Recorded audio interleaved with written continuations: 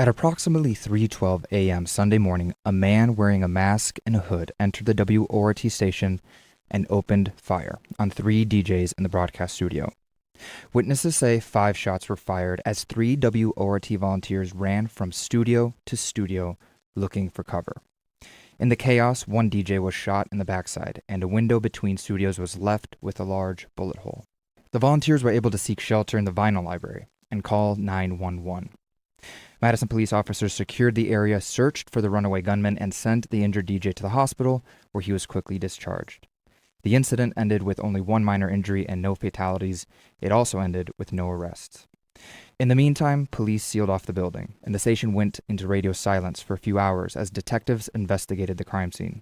Yet before police even reopened the station, volunteers were lining up outside to get WRT back on its feet. Producer Charlie Pittman was one of those volunteers. She showed up after rolling out of bed and hearing dead air on her radio dial, always tuned in to WRT. Per usual, she didn't hesitate to walk down the street and check on the station that is her home away from home. I feel like that's one of the great things about WORT is it has this incredible community of people who really care about it and are willing to pitch in at strange hours and do seemingly strange things like roll out of bed, realize that there's dead air, and walk down the street and see what's going on. And it's because we all really care about each other and the station. Eventually, police allowed volunteers back into the studio. Then, at 9:38 a.m. Sunday morning, board president David Devereaux Weber went on the air. Greetings. This is WORT FM in Madison, Wisconsin. We now resume programming. WORT had a shooting earlier in the day, early this morning, and we were not able to re-enter the studios because there was an investigation. That part of the investigation has finished, so we are now able to resume programming. So we will resume programming with a Musica Antigua in progress. Oh, I should say everybody is okay. There were no fatalities. There was 1 injury, and that was treated and released. And WORT returned to its regularly scheduled program.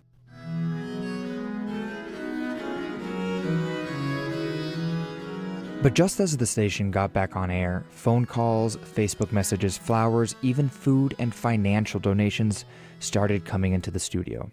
A statement put out via Facebook was shared 2,000 times. I was able to sit down with President Devereaux Weber to catch up on the day's events. He says support from the community and from other media outlets is heartening. The concept that media in general, and WORT is a great example of this, we provide people with information which helps them make intelligent decisions, which helps them vote for the candidate that they think is the right candidate, and therefore it's sort of a lubricant of democracy, of this information flow. That's what we're all concerned about in media, and certainly that's the feedback that I'm getting from the different media that I've talked to in the last 2 days, is a concern about how do we keep going, how do we keep doing this job, and what are you guys doing, and how are you reacting to the shooting? But I think it's a shared reaction. We're in a couple of different coalitions of community broadcasters, and I've been getting many emails from them. Our website is getting hit really hard, and we're a little bit slower right now because so many people are going to the website. And I want to talk about the volunteers because I was able to witness this, and I felt very lucky that before the station was even opened up by the police again, before the police allowed us back across the lines and into the building, already volunteers were lining up outside, ready to come in, ready to help the station get back on its feet. How did that make you feel as one of the founders to see that even before the police had left, the volunteers were showing up? And the donuts were showing up, and yes, the hugs were here, and the flowers, and it was really amazing. So it's very gratifying. When that happens, you know you're on the right track. Mm-hmm. You're filling a need that's a real need, and you're filling in a way that's useful to people. That's what it tells you, you know. Mm-hmm. Word continued to spread throughout the day on Sunday, with many volunteers reacting to the news in diverse ways. Just before 3 p.m., Helena White walked into the station for her usual music show, only to discover what had happened. I was broadcasting out of a studio that had a bullet hole through glass just to my right while I'm broadcasting. It just felt crazy to be broadcasting out of the same room where 3 people were when somebody came in and was shooting at them. That's insane. Just hours earlier, people had been shot at in the same room. Yeah. And you made the decision not to talk about it on air.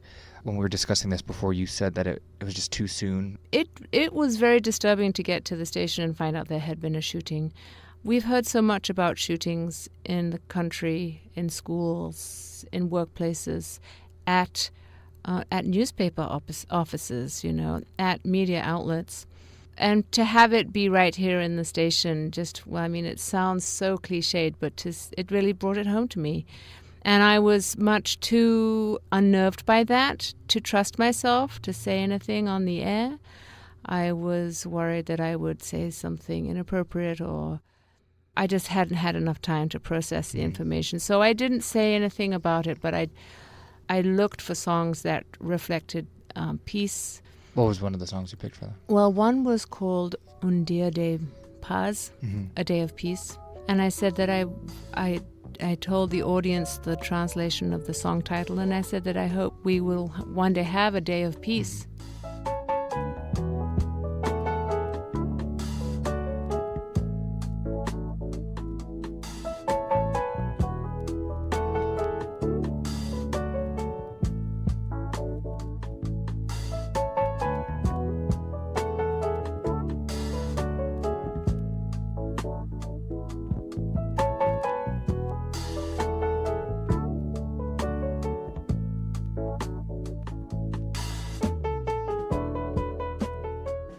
It's shocking, you wouldn't know on a normal day, except that, the codes are changed and there's a big old bullet hole in one of the windows. That's Lang Schmidt, also known as DJ Nocturne. Schmidt was one of the first late-night DJs to broadcast after the shooting, taking over the turntables at 2 a.m. Monday morning. Schmidt was one of many volunteers to leave voicemails with the WORT news team, expressing their feelings and concerns. Along with shock and worry, Schmidt wants to make sure people don't connect the incident with any specific genre of music. The minute that we blame the genre that's some racist dog whistle stuff. This is gun violence is an American problem, and it was a shooting at a radio station. That's what's important. It's not the genre. Gun violence is an American problem. It knows no race and no class and no genre. Many volunteers responded with concerns over the current political climate, with worries about how elected officials are treating the media, with concerns over gun violence. One thought on everyone's mind is security.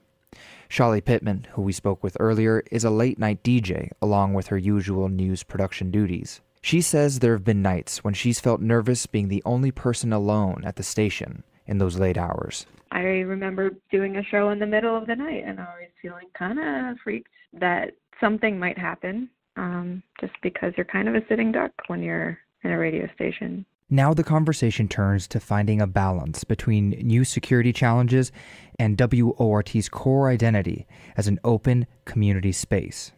Laura Gudkadek, the head of technology and facilities at the station, has been a volunteer for the past 20 years. She called the dilemma a tightrope. With video cameras and that sort of angle, I don't want people to feel, though, that they come near the station and that they're under surveillance.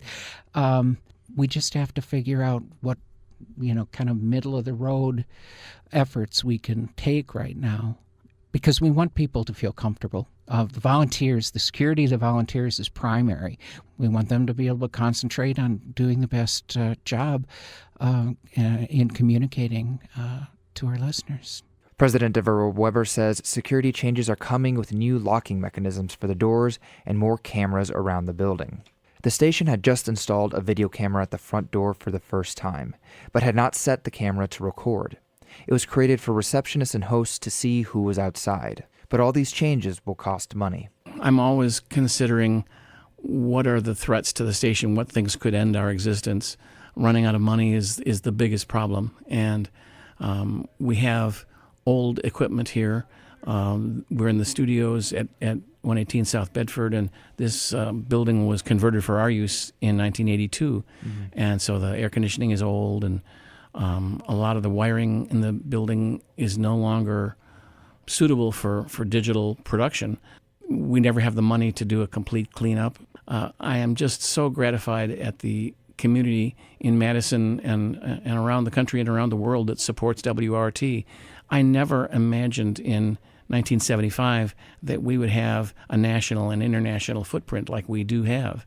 And yesterday's incident brings that to mind even more so. Along those same lines, we give the final word to receptionist and WORT board member Kathy Hovland. She believes that WORT volunteers have a strong spirit and will overcome this latest challenge.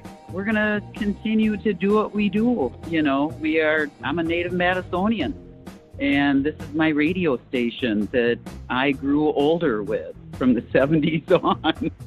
And I'm really proud of the way Dave Devereaux Weber has handled the whole affair. I just couldn't be prouder. He, Molly, the whole news team, Alejandro. I am just really, really proud to be a volunteer. A WORT all-volunteer meeting is scheduled for 7 p.m. Tuesday. For WORT News, I'm Alejandro Alonso Garza.